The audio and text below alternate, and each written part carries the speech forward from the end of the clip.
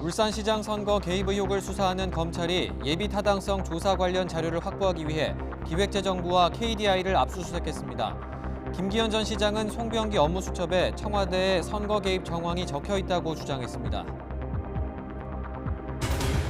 선거법 협상으로 꼬인 정국의 청와대 하명 수사 의혹이 공방에 추가됐습니다.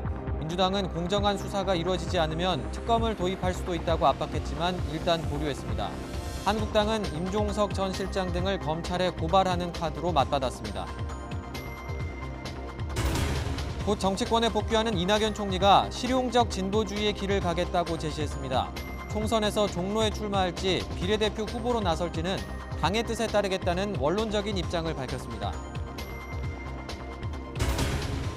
청와대가 다음 주 한중일 정상회의 일정을 공식 발표했습니다. 3국 회의에서는 연말 시한을 앞두고 비핵화 협상 재개 방안이 비중 있게 다뤄질 전망입니다. 문재인 대통령은 또 23일엔 한중, 24일엔 한일 개별 정상회담을 엽니다. 옛 광주교도소 부지에서 유골 40여 구가 발견됐습니다. 5.18 민주화 운동 당시 행방불명자일 가능성이 있는 것으로 보입니다. 김호수 법무장관 대행이 현장을 찾아서 상황을 파악하는 것으로 알려졌습니다. 제주에서 12만 명이 투약할 수 있는 필로폰 130억 원어치를 밀수한 외국계 일당이 적발됐습니다. 마약 조직들은 제주가 비자 없이 입국할 수 있다는 허점을 노리고 있어서 대책 마련이 시급합니다. 며칠째 이어지는 추위는 주말까지 계속되겠습니다. 내일 서울이 영하 5도로 내려가서 오늘보다 더 춥겠습니다. 동지인 휴일에는 아침 기온이 영상으로 올라가면서 추위가 풀릴 것으로 보입니다.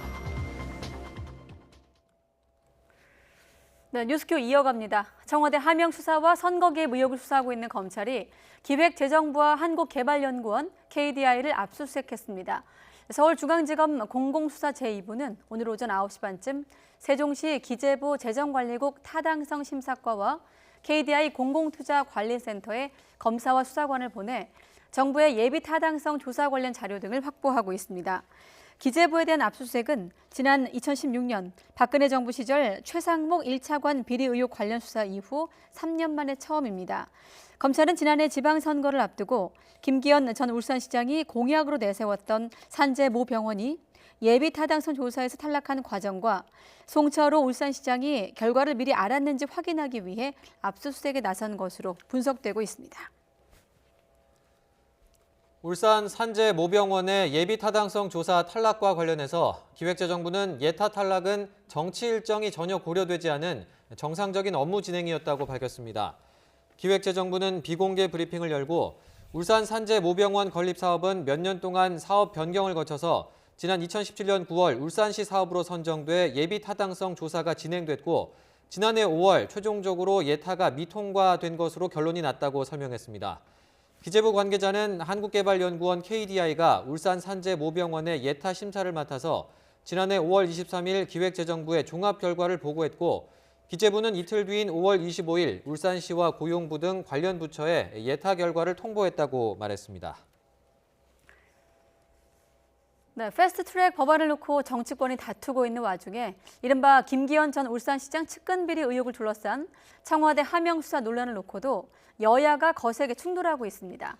더불어민주당은 검찰이 계속 불공정하게 수사를 하면 특검을 도입하겠다고 으름장을 놨고 자유한국당은 당시 청와대 핵심 인사들을 검찰에 무더기로 고발했습니다. 최기성 기자의 보도입니다.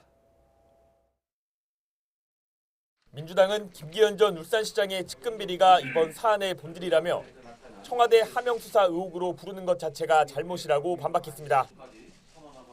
검찰이 청와대가 죄를 지었다는 느낌을 주기 위해 정치적 의도를 갖고 사건을 만들고 있다며 직접 울산 사건이라고 이름을 짓기도 했습니다. 당장 특검을 도입하자는 당 내부 요구에는 일단 선을 그었지만 검찰이 계속 불공정하게 수사를 하면 언제든 추진할 수 있다고 경고했습니다. 특히 문제가 됐던 김기현 전 울산시장에 대한 비리 사건에 대해서 원점에서 다시 재수사할 필요가 있지 않나. 또 검찰이 의도적으로 패스트트랙 사건을 끌고 있는 것 아니냐며 하루빨리 수사 결과를 내놓으라고 요구했습니다. 검찰총장이 국감에 출석에 위정을 한 것입니까? 아니면 검사들이 검찰개혁 법안과 거래를 하기에 항명을 하는 것입니까? 반면 같은 사건을 울산시장 불법 선거 개입 의혹이라고 명명한 한국당은 당시 청와대 관계자들을 줄줄이 검찰에 고발했습니다. 문재인 대통령의 친구인 송철호 울산시장 당선을 위해 경쟁자였던 임동호 전 민주당 최고위원에게 청와대가 불법적으로 자리를 제안한 것이라는 주장인데 임종석 전 대통령 비서실장과 조국 전 민정수석, 한병도 전 정무수석까지 모두 8명을 고발 대상에 올렸습니다. 울산시장 선거의 전체를 권력의 핵심부에서 총괄적으로 선거 개입을 했다. 이것은 충격적이고 민주주의 파괴와 헌정질서 유린. 사실이라면 중대한 선거법 위반이라며 문 대통령을 직접 겨냥하는 발언도 쏟아냈습니다. 지금까지 이 사건으로 드러난 것만으로 해도 이번 선거농단 게이트는 공작 선거의 완결판, 이 정권이 감당할 수 없는 부정선거라고. 이처럼 여야가 정면으로 충돌하면서 큰 이견이 없는 법안조차 국회 문턱을 넘지 못하고 있습니다. 총선을 앞두고 주도권을 지기 위한 싸움이라지만 정치권이 민생과 동떨어진 의혹 부풀리기에만 매몰되고 있다는 비판도 새겨들어야 할 것입니다. YTN 최기성입니다. 문재인 대통령이 정세균 국무총리 후보자 임명 동의안을 오늘 국회에 제출했습니다. 임명 동의안은 문 대통령이 정 후보자를 발탁한 취지와 후보자 본인을 포함한 가족의 재산 내역, 범죄 경력, 그리고 납세 자료 등을 증명하는 서류입니다. 국회는 임명 동의안이 회부된 날로부터 15일 이내에 청문회를, 20일 이내에 심사를 마쳐야 합니다. 따라서 정 총리 후보자에 대한 인사청문회는 내년 1월 3일 전에 열릴 것으로 보입니다. 국무총리 임명은 헌법에 따라서 국회의 동의가 필요합니다. 네, 이렇게 정세균 후보자에 대한 임명 동의안이 제출됐는데 문재인 정부 전반기 내각을 이끌었던 이낙연 국무총리는 곧 정치권으로 복귀합니다. 이 총리가 행정부 2인자의 위치에서 벗어나서 이른바 자기 정치를 본격화하는 건데요. 이 총리는 앞으로 실용적 진보주의의 길을 가겠다고 밝혔습니다. 추은호 기자입니다. 이낙연 국무총리가 정치권 복귀 이후 가고자 하는 자기 정치의 길로 실용적 진보주의를 제시했습니다. 약자를 포용하는 진보적 가치를 추구하면서도 결과를 내기 위해서는 실용적으로 접근하겠다는 것입니다. 실용적 진보주의 관점에서 문제를 이해하고 해법을 찾고 또 해결을 위해서 노력하고, 그것이 제가 하고 싶은 일이고 해야 할 일이라고 생각합니다. 사선 의원을 지내기도 한 이 총리는 정치 현장을 정글이라고 표현하면서도 국민이 갈증을 느끼는 품격의 정치, 신뢰의 정치를 하고 싶다는 희망을 피력했습니다. 제가 다시 돌아갈 그곳이 정글 같은 곳이긴 하지만 저 나름대로는 모처럼 국민들께서 저에게 신망을 보내주셨던 그러한 정치의 자세를 견지할까. 이낙연 총리의 역할을 놓고 격전지로 예상되는 종로에 출마할 것이다. 비례대표 후보로 나서 전국 선거를 이끌 것이다 라는 관측이 맞서 있습니다. 여기에 대해서는 당의 뜻에 따르겠다는 원론적인 입장만을 밝혔습니다. 그것을 제가 요청하거나 제안하기보다는 소속 정당의 뜻에 따르는 것이 옳다고 생각합니다. 이 총리는 퇴임 이후의 살집과 관련해 지역구 출마 오해를 사지 않기 위해 일단 서울 잠원동 집으로 가겠다고 말했습니다.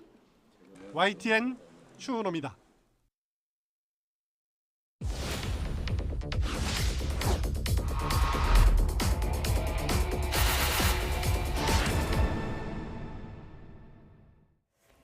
한일 두 나라 기업과 국민들의 기부금을 모아서 일제 강제동원 피해자들에게 배상을 하자.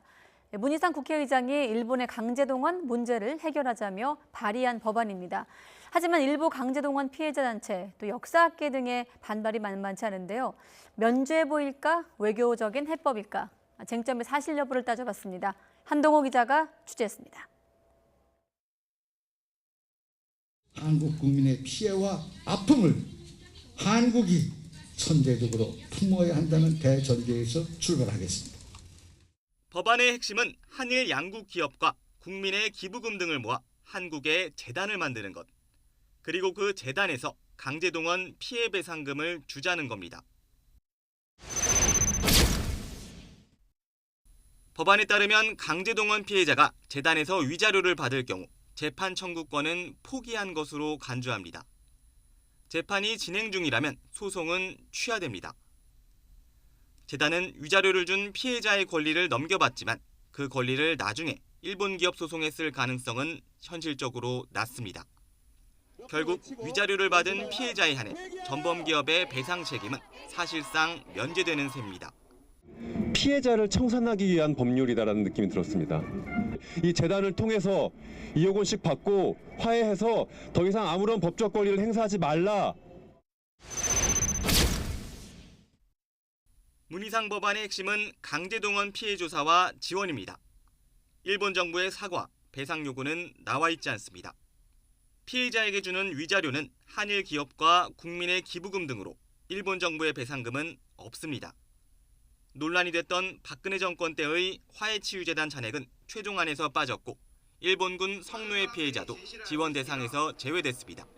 문희상 의장 법안 자체가 그런 것들에 대해서 일본이 입장을 바꿀 수 있도록 하는 도움을 주는 그런 것과는 거리가 멀기 때문에 오히려 거꾸로 가기 때문에 그럴 가능성은 전혀 없다고 저는 보고 있습니다.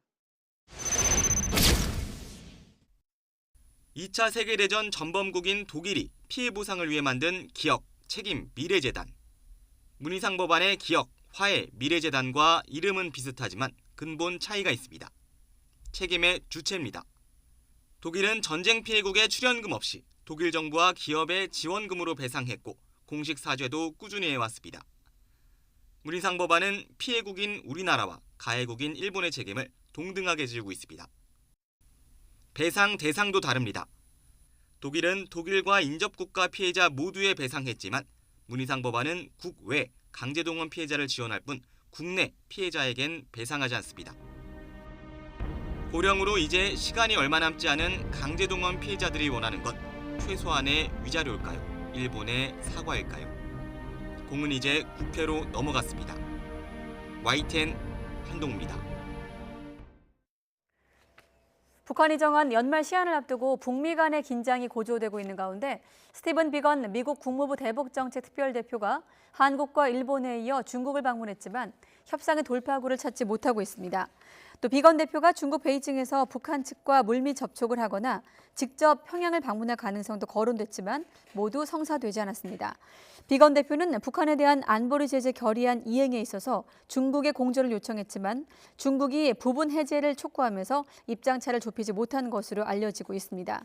스티븐 비건 특별대표는 지난 15일부터 한국과 일본, 중국을 잇따라 방문해 북미 간 긴장을 해소할 돌파구를 모색하면서 북한의 대화를 공개 요청했지만 공식 답변을 듣지 못하고 오늘 귀국길에 오르게 됐습니다. 다음 주엔 크리스마스 직전 한중일 세 나라 정상들이 중국에서 연쇄적으로 만날 예정입니다. 북한이 정한 비핵화 대화의 연말 시한이 임박한 가운데 마지막까지 치열하게 한중일 외교전이 펼쳐질 전망입니다. 김도원 기자의 보도입니다. 오는 23일 중국을 방문하는 문재인 대통령은 시진핑 주석과의 정상회담으로 일정을 시작합니다. 베이징에서 시 주석과 회담하고 오찬을 함께하며 한반도 비핵화, 한중 협력 증진을 논의합니다. 같은 날 청두로 이동해 리커창 총리와 만나 만찬을 하면서 경제와 환경 분야 협력에 관한 의견을 나눕니다.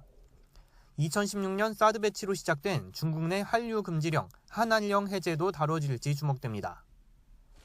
한중일 3국 정상회의는 이튿날 크리스마스 이브에 열립니다. 3국 협력 발전 방향은 물론 한반도와 국제 정세를 주제로 회의를 엽니다.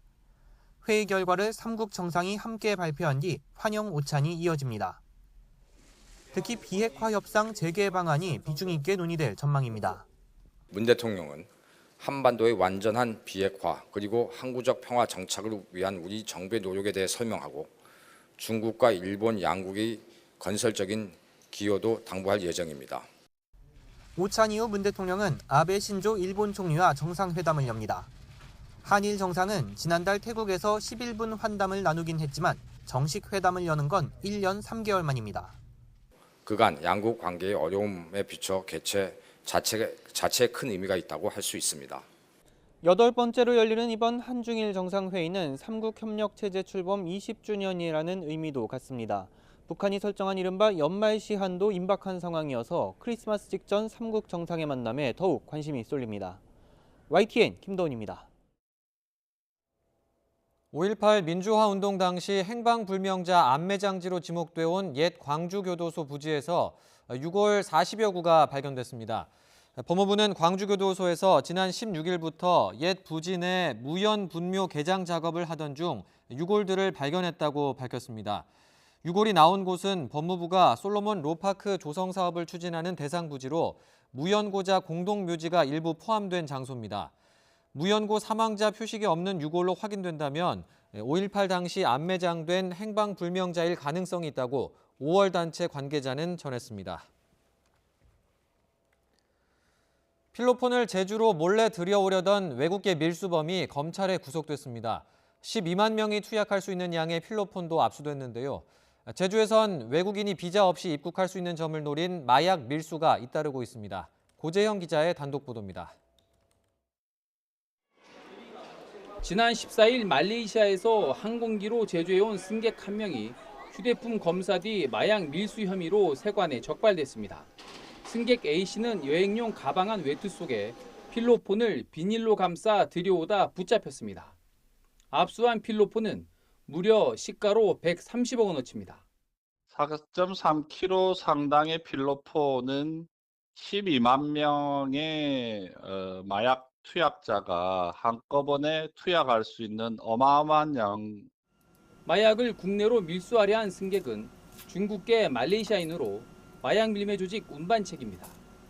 외국계 마약 밀매 조직이 동남아시아산 마약을 국내로 몰래 들여오는 것은 높은 거래 가격 때문입니다. 우리나라 필로폰 밀수 가격으로 해도 통상 10배 이상 비싸기 때문에 필로폰 가격 자체가 워낙 동남아 지역하고는 차이가 많아서 계속적으로 필로폰 공급 시도, 밀수 시도는 있을 걸로 보입니다. 마약 밀매 조직은 미얀마 골든 트라이앵글에서 생산한 필로폰을 동남아 인접국을 거쳐 밀매 가격이 비교적 높은 한국과 일본 등으로 밀수하는 것으로 알려졌습니다. 특히 마약 밀매 조직은 검사가 깐깐한 인천과 김해공항 대신 무사증 입국이 가능한 제주를 선택하고 있습니다. 지난 6월에는 대마를 대량으로 밀반입하려던 남아공인이 적발돼 실형이 선고됐습니다. 검찰은 A씨를 마약 밀수 혐의로 구속하고 추가 범죄 등을 조사하고 있습니다. YTN 고재영입니다. 해외 명품 등을 몰래 들여온 혐의로 기소된 조현아 전 대한항공 부사장과 어머니인 이명희 전 이루재단 이사장이 2심에서도 징역형의 집행유예를 선고받았습니다. 인천지방법원은 오늘 관세법 위반 혐의로 재판에 넘겨진 조 전 부사장에게 징역 8개월에 집행유예 2년을 선고하고 사회봉사 80시간을 명령했습니다. 같은 혐의를 받는 이 전 이사장에게는 징역 6개월에 집행유예 1년, 벌금 700만 원을 선고했습니다. 일본에서는 잇따른 강요 사퇴에 이은 이른바 벚꽃 스캔들로 이 아베 내각에 대한 불만이 높아지고 있는데요. 주요 관료들의 대응에도 비난이 쏟아지고 있습니다. 아베 내각에 불리하다 싶으면 말도 안 되는 변명을 천연덕스럽게 늘어놓고 있기 때문입니다. 도쿄에서 황보현 특파원이 보도합니다. 유명 다단계 업체 회장이 받은 아베 총리 명의의 벚꽃놀이 초대장은 금세 광고 전단지로 둔갑해 투자 사기에 쓰였습니다. 私は1億3000万家族で全部で3人だからね。ね、安倍総理がね、どうなんだろう。政治不信になりますよね。でもね。 야당은 어떤 경위로 초대장이 발송됐는지 정부 관료에게 물었습니다. 記録が残ってございませんのでちょっとお答えをしかねます。 기록이 없으면 담당자라도 불러서 따져보자고 제안해보지만 現時点でその聞き取りを行うことは考えておりませんと。 아베 총리 명의로 보낸 초대장으로 큰 피해가 난 만큼 경위를 조사하는 게 당연하지만 관료들은 앞뒤 안 가리고 모른다, 안 된다는 말만 반복했습니다.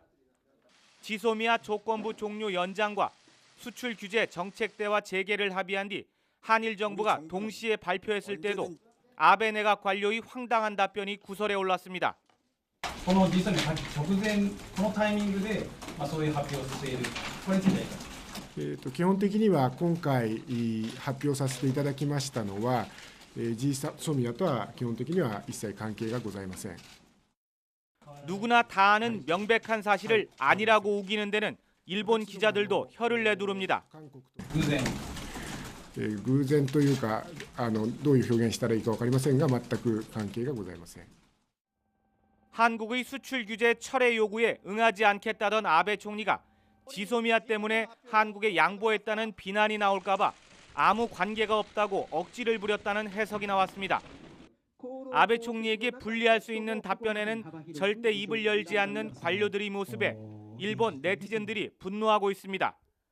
관련 동영상이 급속히 퍼지는 가운데 과연 아베 총리를 위한 관료인지 국민을 위한 관료인지 모르겠다는 댓글이 줄을 잇고 있습니다. 도쿄에서 YTN 황보현입니다. 네, AI를 이긴 유일한 기사, 이세돌 구단을 표현한 시사 캐리커처입니다. 사진 속에선 흑백 바둑알이 박힌 어벤져스 속 장갑을 끼고 승리를 다짐하는 표정이긴 합니다만 내일 낮 12시 자신의 고향 전남 신안에서 펼쳐질 마지막 대결에서는 이기는 바둑보다는 이세돌다운 바둑을 두고 싶다고 밝혔습니다. 이긴 1국도 또 한돌에게 진 2국도 크게 만족하지 못했던 이세돌 구단. 감정이 없는 멘탈갑 한돌을 뒤흔들 25년 프로기사 인생의 마지막 신의 한 수는 무엇일까요? 뉴스 큐레이터였습니다.